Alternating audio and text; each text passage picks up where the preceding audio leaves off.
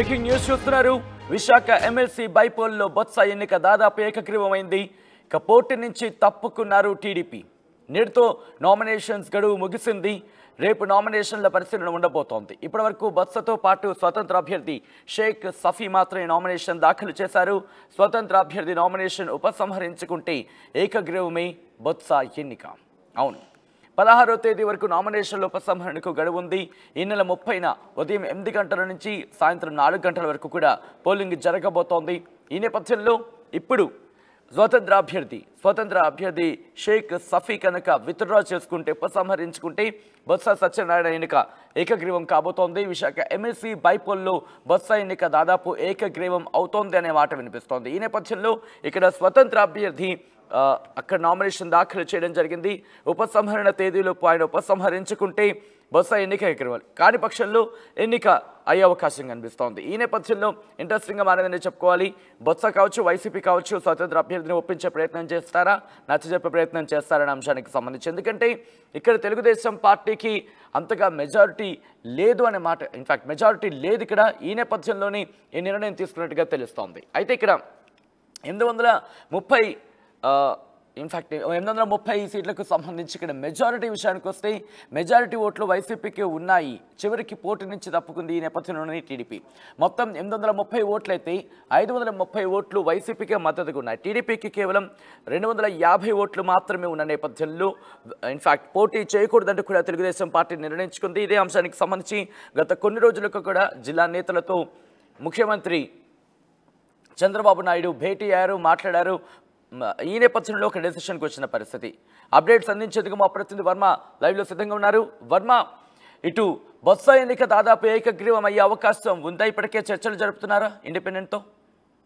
సచిన్, మనం ప్రధానంగా చూసుకుంటే 16వ తేదీ సాయంత్రం మాత్రమే బొత్స ఏకగ్రీవంగా ఎన్నికయ్యారా లేదా అని మనం చెప్పచ్చు. మనం ప్రధానంగా చూసుకుంటే ఇంకా నిన్న బొత్స కాకుండా మరో వ్యక్తి స్వతంత్ర అభ్యర్థిగా పోటీ చేశాడు, షేక్ సఫీ అని.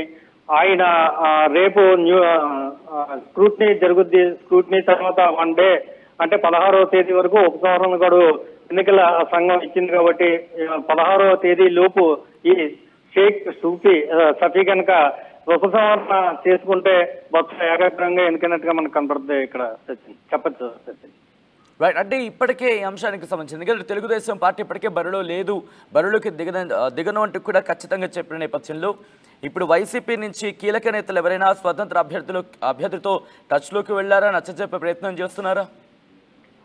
ఎప్పుడైతే కూటమి పార్టీల తరఫు నుంచి ఎవరో బరిలోకి దిగకపోవడంతోనే కొంతమంది స్వతంత్రులు ఈ రోజు రంగంలోకి దిగడానికి ఉపక్రమించారు. ఈ నేపథ్యంలోనే ఎవరైనా నామినేషన్ వేయడానికి వస్తారా లేదా ఈ ఉదయం నుంచి కూడా ఇక్కడ పెద్ద నిఘానే ఏర్పాటు చేస్తున్నట్టుగా వైకాపాకి చెందిన నేతలు ఇక్కడ నిఘా చేసినట్టే మనం చెప్పుకోవచ్చు.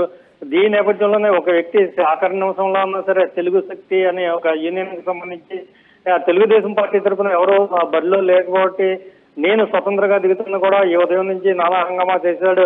అయినప్పటికీ కూడా బొత్స సత్యనారాయణ తరఫున కొంతమంది ఆ వ్యక్తితో మాట్లాడడంతోనే అతను పోటీకి దూరం అయినట్టుగా చెప్తున్నాడు. ఇదే విషయాన్ని ఆయన వైజాగ్ ప్రెస్ క్లబ్ లో ప్రత్యేకంగా ప్రెస్ మీట్ పెట్టి ఆ బొత్స మీద గౌరవంతో నేను పోటీకి దిగడం లేదు, బొత్స లాంటి నాయకుడు కనుక ఉత్తరాంధ్ర నుంచి వైకాపా పార్టీని సాదుకోవడానికి ఆయన రంగంలో ఉన్ననే నేను పోటీ నుంచి స్వచ్ఛందంగా తప్పుకున్నాను కూడా ఆయన ప్రెస్ చెప్తే ఈ నేపథ్యంలో ఇంకెవరో కూడా ఈ రోజు నామినేషన్ ఎవరో కూడా దాఖలు చేయలేదు. ఈ నేపథ్యంలో నిన్న ఎవరైతే ఉన్నారో షేక్ సఫీ ఆయన ఒకడే బొత్సతో పాటు ఆయనే రంగంలో దిగారు. రేపు స్క్రూటినీ జరుగుద్ది. 16వ తేదీ 3 గంటల వరకు కూడా ఈ ఉపసంహరణ గడువు ఉంది కాబట్టి ఆలోగా ఈ షేక్ సఫీ కూడా స్వతంత్ర అభ్యర్థి రంగం నుంచి వైదొలగడంతోనే బొత్స ఎన్నిక ఏకగ్రీవం అవ్వచ్చు. రైట్ అమ్మా, మొత్తంగా అయితే మాత్రం బొత్స ఎన్నిక ఏకగ్రీవం కాబోతోందా అంటే దాదాపు అటువంటి చర్చ జోరందుకుంది. ఎందుకంటే ఇక్కడ ఇండిపెండెంట్గా ఒక అభ్యర్థి నామినేషన్ దాఖలు చేశారు. విశాఖ ఎమ్మెల్సీ బైపోల్లో బొత్స ఎన్నిక దాదాపు ఏకగ్రీవం అనే మాట వినిపిస్తోంది. పోటీ నుంచి తప్పుకుంది టీడీపీ. ఈ రోజుతో నామినేషన్స్ గడువు ముగియబోతోంది. రేపు నామినేషన్ల పరిశీలన ఉంటుంది. ఇప్పటివరకు బొత్సతో పాటు స్వతంత్ర అభ్యర్థి షేక్ సఫీ మాత్రమే నామినేషన్ దాఖలు చేశారు.